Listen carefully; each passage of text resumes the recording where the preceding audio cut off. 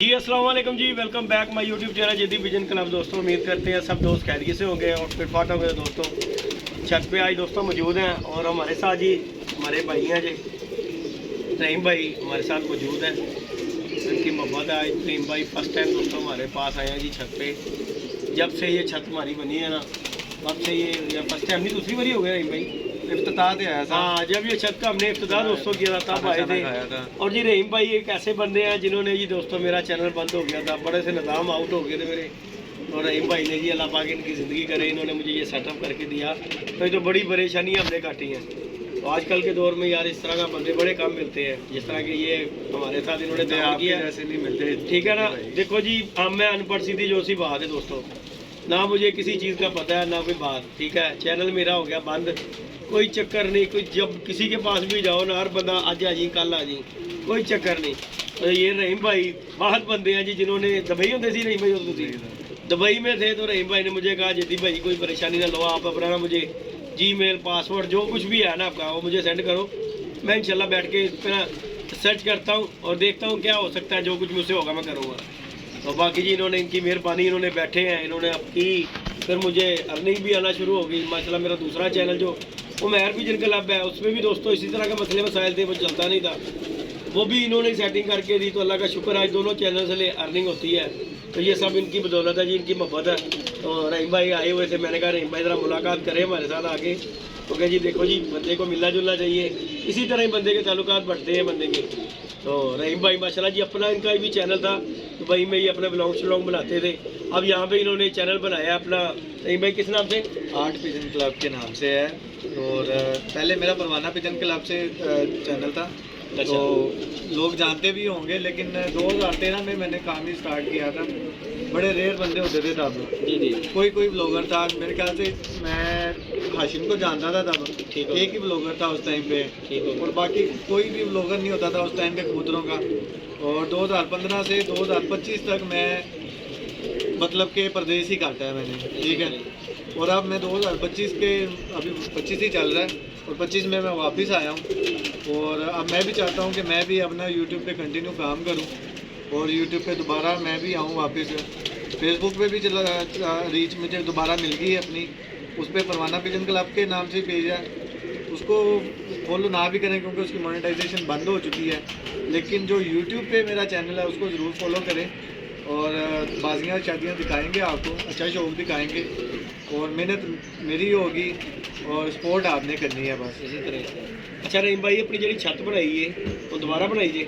प्रवासी छत वो जो है ना वो 3 साल हो गए हैं बनाई हुई है। और जो घर वाली छत है घर से जो मैं ज़्यादा शौक करवाता हूँ घर से। ठीक है। वो वहाँ पे भी जोड़े पड़े हुए हैं और बच्चे निकलवा के ना मैं, क्योंकि मैं भी अब घर आ गया हूँ।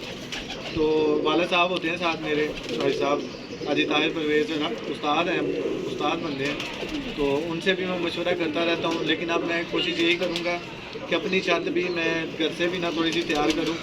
कोई तकरीबन 30-40 परिंदे मेरे घर में भी ना ट्रेन हो। मेरे पास अभी पड़े हुए हैं। डाकू मेरा पुराना एक कबूतर है। अच्छा अच्छा। वो 8-9 साल मेरे पास मतलब बाजियों में उड़ा है। दोस्तों ये जो रहीम भाई है ना, ये जी शानी भाई जल्लो वाले जो है ना उनके कज़न है।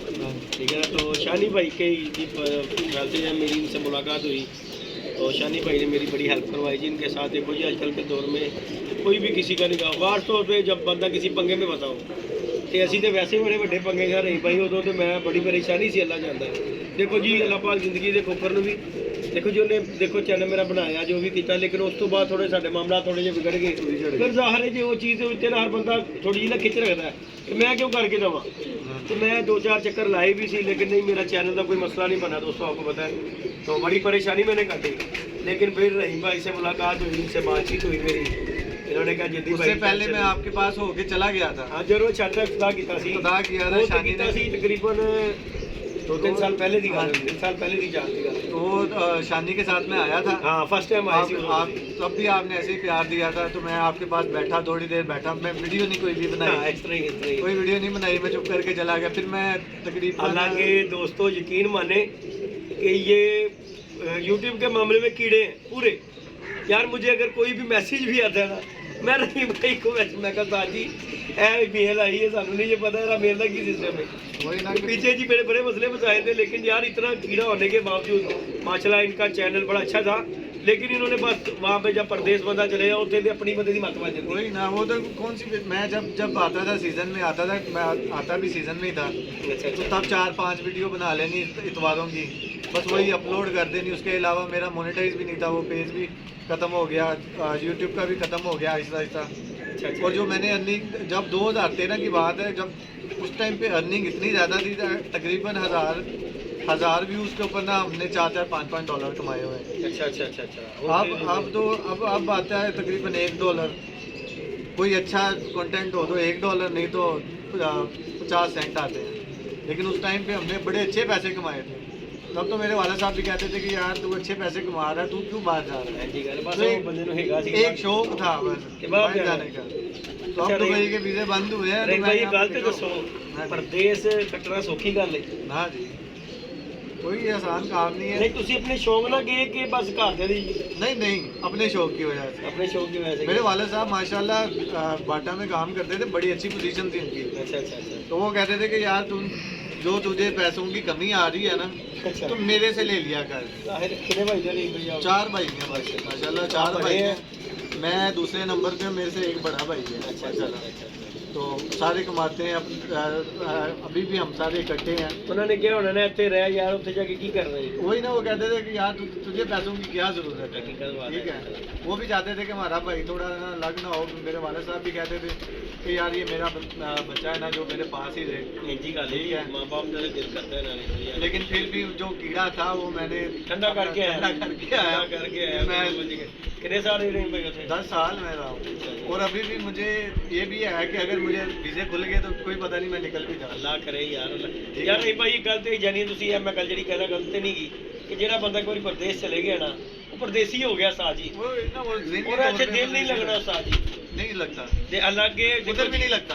ਮਿਹਨਤ ਉੱਥੇ ਜ਼ਿਆਦਾ ਹੈ हाँ जी, ਪਾਕਿਸਤਾਨ ਦੇ ਮਾਮਲਾਤ ਨਾਲੋਂ ਜ਼ਿਆਦਾ ਮਿਹਨਤ ਉੱਥੇ ਬਿਲਕੁਲ, ਮਿਹਨਤ ਪ੍ਰਦੇਸ਼ ਦੇ ਵਿੱਚ ਮਿਹਨਤ ਲੇਕਿਨ ਦੇਖੋ ਜੀ ਉਹ ਉੱਥੇ ਅਗਰ ਮਿਹਨਤ ਕਰਦਾ ਤੇ ਉੱਥੇ ਉਹ ਮਿਹਨਤ ਦਾ ਤੁਹਾਨੂੰ ਹਿਸਾਬ ਕਿਤਾਬ ਮੁਆਵਜ਼ਾ ਵੀ ਉਹ ਹਿਸਾਬ ਨਾਲ ਹੀ ਮਿਲਦਾ हाँ जी, ਇੱਥੇ ਤੁਸੀਂ ਰਾਤ ਦਿਨ ਵੀ ਇੱਕ ਰਾਤ ਕੀਤਾ ਨਾ ਦਿਨ ਵੀ ਉਸਤਾਦ ਕੀਤਾ ਜੀ ਨਾ ਕੁਛ ਤੇ ਵੀ ਤੁਸੀਂ ਨਹੀਂ ਮਰੂ ਮਰੂ ਹੀ ਰਹਿਣਾ ਹੈ। वही ना, कुछ नहीं मिलता। ਸਵੇਰੇ ਖਾ ਲਿਆ ਤੇ ਰਾਤੀ ਫੇਰ ਕੰਗਲੇ ਹੋ ਪਹਿਲੇ ਕਿਸੇ हाँ ਦਿਨ जी, हाँ जी। ਤੇ ਜਿਹੜਾ ਪਰਦੇਸੀ ਇੱਕ ਵਾਰੀ ਘਰੋਂ ਪੈਰ ਪੁੱਟ ਗਿਆ ਨਾ ਕਿ ਮੈਂ ਪਰਦੇਸ ਗਿਆ ਤੇ ਉਹ ਉਸਤਾਦ ਜੀ ਫਿਰ ਉੱਥੇ ਜੋ ਕੋਈ ਰਹਿ ਗਿਆ नहीं उधर भी नहीं दिल लगता। ਯਾਰ ਉਹ ਤੇ ਫਿਰ ਲਾਣਾ ਪਿਆ ਉਹ ਫਿਰ ਉਸਤਾਦ ਜੀ ਪਰਦੇਸੀ ਦਾ ਪਤਾ ਨਹੀਂ ਮਜਬੂਰ ਹੋ ਜਾਂਦਾ ਨਾ ਬੰਦਾ ਕਿ ਯਾਰ ਮੈਂ ਆਇਆ ਮੈਂ ਇੰਨੀ ਦੂਰ ਉਹਦੀ ਜ਼ਹਿਨੀਅਤ ਦਾ ਪਤਾ ਨਹੀਂ ਕੀ ਮਾਮਲਾਤ ਹੁੰਦੇ ਨੇ ਕਿ ਨਾ ਉਹਦਾ ਉੱਥੇ ਦਿਲ ਲੱਗਦਾ ਨਾ ਇੱਧਰ ਦਿਲ ਲੱਗਦਾ। ਇਹ ਉੱਥੇ ਤੇ ਮਜਬੂਰੀ ਲਾਣਾ ਨਾ ਹਾਂ। ਉਸਤਾਦ ਜੀ ਕਿ ਯਾਰ ਹੁਣ ਮੈਂ ਆਇਆ ਵਾਂ ਤੇ ਕੀ ਇੱਥੇ ਕੋਈ ਕਰਕੇ ਹੀ ਜਾਵਾਂ। ਹਾਂ। ਦੇਖੋ ਜੀ ਗੱਲ ਹੈਗੀ ਮਾਮਲਾਤ ਬੰਦਾ ਜਾਂਦਾ ਹੈ ਫਿਰ ਦੇਖੋ ਜੀ ਸਭ ਤੋਂ ਵੱਡਾ ਗੱਲ ਜਿਹੜਾ ਬੰਦਾ ਇਨਸਾਨ ਸੋਚਦਾ ਹੈ ਯਾਰ ਰਿਸ਼ਤੇਦਾਰ ਕੀ ਕਹਿਣਗੇ ਬਸ ਇੰਨਾ ਕੀ ਇਹਨੂੰ ਕੀੜਾ ਸੀ ਠੀਕ ਹੈ ਉਹ ਤਾਂ ਉਸੇ ਚੱਕਰ ਦੇ ਵਿੱਚ ਹੀ ਰਹਿਣਾ ਸ਼ੁਰੂ ਕਰ ਦਿੰਦਾ।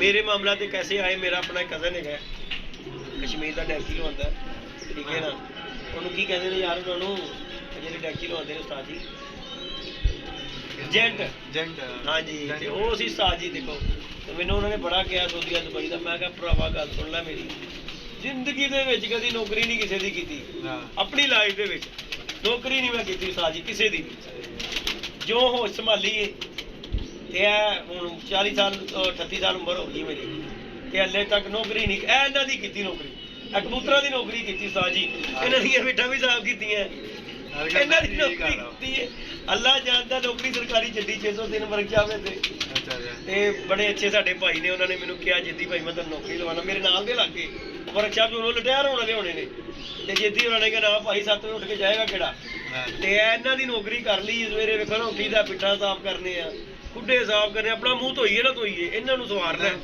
ਇਹਨਾਂ ਨੂੰ ਕਿ ਯਾਰ ਇਹਨਾਂ ਤੇ ਕੁਛ ਨਾ ਹੋਵੇ ਤੇ ਯਾਰ ਦੇਖੋ ਗੱਲ ਹੈਗੀ ਉਸਤਾਦ ਜੀ ਇੰਨੇ ਬੜੇ ਜਿਹੇ ਐਪਾਂ ਤੋਂ ਵੀ ਬਚਾਇਆ ਰਹੀ ਭਾਈ ਬਹੁਤ ਜ਼ਿਆਦਾ ਮੈਨੂੰ ਇਹਨਾਂ ਨੇ ਬੜੇ ਐਪਾਂ ਤੋਂ ਮੇਰੀ ਸੁਸਾਇਟੀ ਜਿਹੜੀ ਸੀ ਨਾ ਮੇਰੀ ਗੈਦਰਿੰਗ ਜਿਹੜੀ ਬੜੇ ਜਿਹੇ ਗਲਤ ਬੰਦਿਆਂ 'ਚ ਹੈਗੀ ਸੀ ਉਸਤਾਦ ਜੀ ਮੈਂ ਧਰਮਪੁਰੇ ਫਾਟਕ ਦਾ ਮੇਰੀ ਜਿਹੜੀ ਜਾਇਸ਼ ਹੈ ਨਾ ਮੇਰੇ ਜੰਪਲ ਧਰਮਪੁਰੇ ਫਾਟਕ ਦੀ ਉਸਤਾਦ ਜੀ ਤੇ ਐਡੀ ਗੰਦੀ ਉੱਥੇ ਗੈਦਰਿੰਗ ਹੈਗੀ ਨਸ਼ਈਆਂ ਦੀ ਸਭ ਤੋਂ ਵੱਡੀ ਗੱਲ ਨਸ਼ਈਆਂ ਦੀ ਮੇਰੇ ਕਜ਼ਨ ਵੀ ਉੱਥੇ ਤੇ ਅੱਲਾ ਜਾਣਦਾ ਜੇ ਕਿ ਅੱਲਾ ਦੇ ਹੁਕਮ ਨਾਲ ਅਸੀਂ ਉੱਥੋਂ ਨਿਕਲੇ ਆ ਕਦੀ ਪਾਨ ਤੱਕ ਵੀ ਨਹੀਂ ਖਾਦਾ ਹੋਏਗਾ ਸਾਰੀ ਬੜੀ ਛਾਲ ਵੱਜੇ ਨਾ ਕੋਈ ਦੋਸਤ ਬੈਠ ਜਾਣ ਤੇ ਕਹਿਣ ਯਾਰ ਕੋਈ ਨਸ਼ਾ ਪਤਾ ਤੇ ਕਈ ਦਾ ਮਿੱਠਾ ਪਾਨ ਖਾਇਆ ਉਸ ਤੋਂ ਇਲਾਵਾ ਇੱਕ ਨਸ਼ਾ ਇੱਕੋ ਹੀ ਖਾਣ ਦਾ ਤੇ ਜਾਂ ਪਰਿੰਦਿਆਂ ਦਾ ਉਸ ਤੋਂ ਇਲਾਵਾ ਕੋਈ ਚੱਕਰ ਨਹੀਂ ਬਾਹਰ ਨੂੰ ਅਸੀਂ ਛੱਡਤਾ ਨੌਕਰੀ ਅਸੀਂ ਨਹੀਂ ਕੀਤੀ ਇਹ ਕਬੂਤਰਬਾਜ਼ੀ ਤੇ ਅੱਲਾ ਪਾਕ ਨਿਜ਼ਾਮ ਮੈਂ ਹੋ ਜਿਹਾ ਬਣਾਤਾ।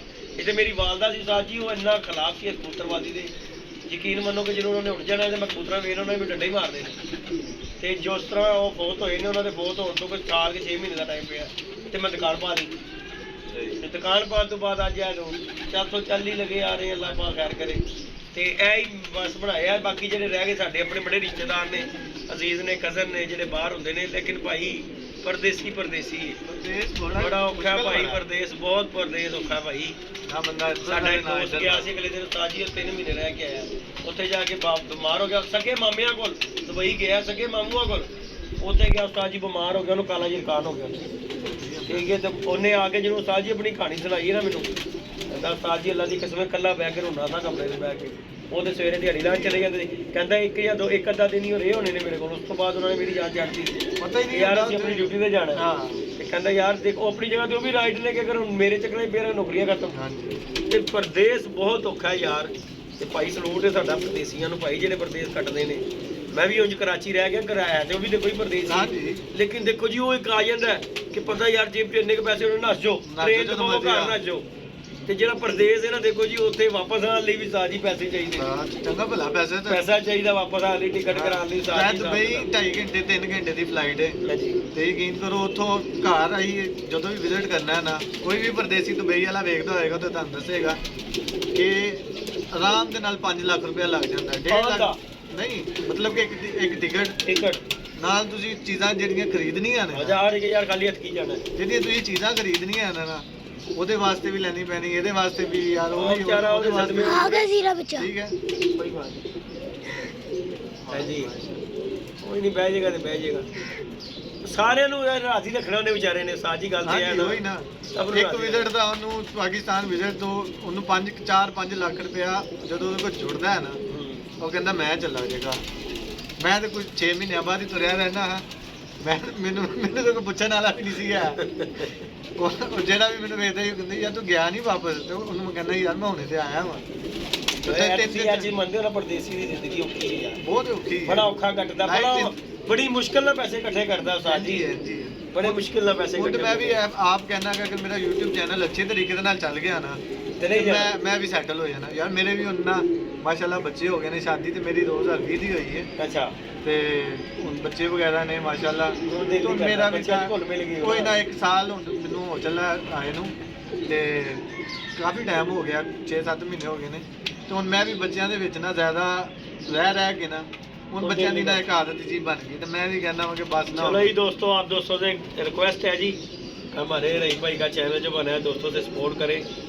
तो नाम बड़ा औखा जी उस्ताद जी, art vision club heart vision club के आर्ट दा अब्दुल रहीम ताहिर अपने नाम आर्ट विजन क्लब के नाम से दोस्तों हमारे रहीम भाई का चैनल है, उसे सपोर्ट करें दोस्तों। शायद वो पाकिस्तान से बाहर ना जाए, चलो अल्लाह पाक इतना कर दे कि चलो इससे लेके देखिए कॉन्टैक्ट। देखो जी जरूरी नहीं मेरा देखो चैनल कितना की चलता है उस्ताद जी, चलो है कि कॉन्टैक्ट दोस्तों ना बने, मैं कबूतर सेल परचेज कर लेना, निजाम चलता है, अल्लाह पाक चला रहा दुकानदारी के नाल बाजी निजाम चल रहा है। बस इस तरीके नाल गल हैगी, होर बंदे ने की लेना ਕਿਸੇ ਕੋਲੋਂ। ਸਹੀ ਗੱਲ ਹੈ, ਪੂਰੀ ਅੱਲਾਹ ਪਾਕ ਦੇ ਦਿੱਤੀ ਪੈਂਦੀ ਏ। ਹਾਂਜੀ, ਰਿਜ਼ਕ ਨਾਲੇ ਅੱਲਾਹ ने वादा किया, बेशक वो देना ही देना है।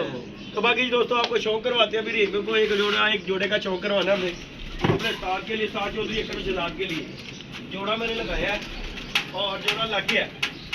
तो मैं कहा उस्ताद रानी शौक करवा देते हैं भाई, कि अगर रहीम भाई ना पसंद होएगा तो तोड़ देगा। ਇਹਦੇ ਹੱਥ ਦੀ ਖੇਤੀ ਬਾੜੀ ਹੈ ਨਾ, ਕੀ ਖਿਆਲ ਹੈ? ਇਹ ਤੇ ਹੈ, ਉਹ ਤੇ ਹੱਥ ਦਾ ਕੰਮ ਹੈ ਨਾ। ਆ ਜਾ ਬੱਚਿਆ ਇੱਧਰ ਆ ਮੇਰਾ ਚਲੋ ਮੁਝੇ ਦੋ, ਮੈਂ ਬਣਾਤਾ ਹੂੰ ਵੀਡੀਓ। आ गया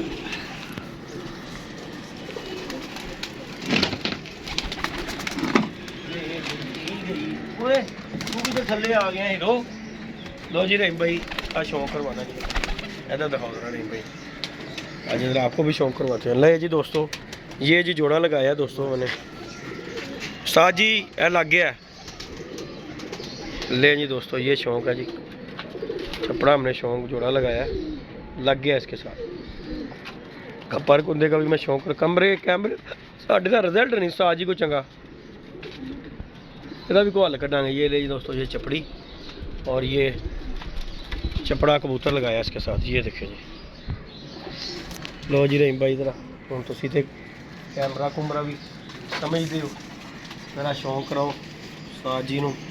ਮੈਂ ਕਿਹਾ ਸੀ ਸਾਜ ਜੀ ਦਬਾ ਚੱਪੜੀਆਂ ਦਬਾ ਹੀ ਲਾਵਾਂਗਾ ਇਹਦੇ ਨਾਲ, ਤੇ ਹੁਣ ਲਾ ਦਿੱਤਾ ਜੋ ਅੱਲਾ ਪਾਕ ਨੂੰ ਮਨਜ਼ੂਰ ਹੈ। ਤੁਸੀਂ ਵੀ ਕਬੂਤਰਬਾਜ਼ ਹੋ, ਸ਼ੌਕੀਨ ਹੋ, ਤੁਸੀਂ ਵੀ ਜੋ ਕਹੋਗੇ ਰਾਏ ਦਿਓਗੇ ਕਰ ਲਾਂਗੇ।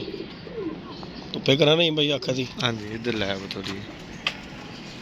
ਓਏ ਕਿੱਥੇ ਗਈ ਹੈ ਧੁੱਪੇ? ਇੱਥੇ ਗਈ। ਇੱਧਰ ਫਿਰ ਤੋਂ ਇੱਧਰ ਥੋੜੀ ਕਰੋ।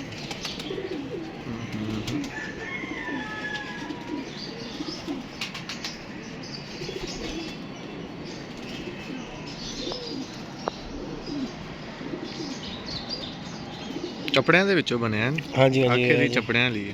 ਲੋ ਜੀ ਨਹੀਂ ਪਈ ਇਹਦਾ ਫਰਕ ਹੁੰਦਾ ਜੀ।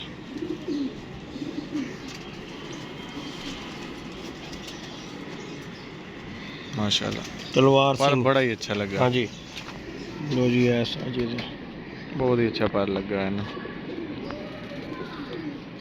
ਮੈਂ ਦੀ ਟੇਲ ਵਗੈਰਾ ਆ ਗਿਆ ਕਬੂਤਰ। ले पट्ठी है साज नोनो पर दी ना ले पर लग गई है। ओए गुल्लू बादशाह। ले जी दोस्तों चपड़ी का भी शौक है मेरा। अभी 20,000 च पै गई जी मैनू साजी कली।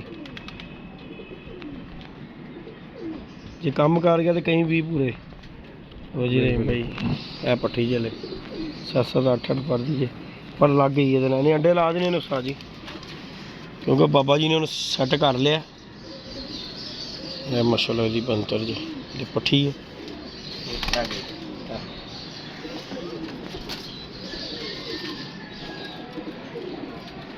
ये जी साडा नाल ब्लैक मोती ले जी।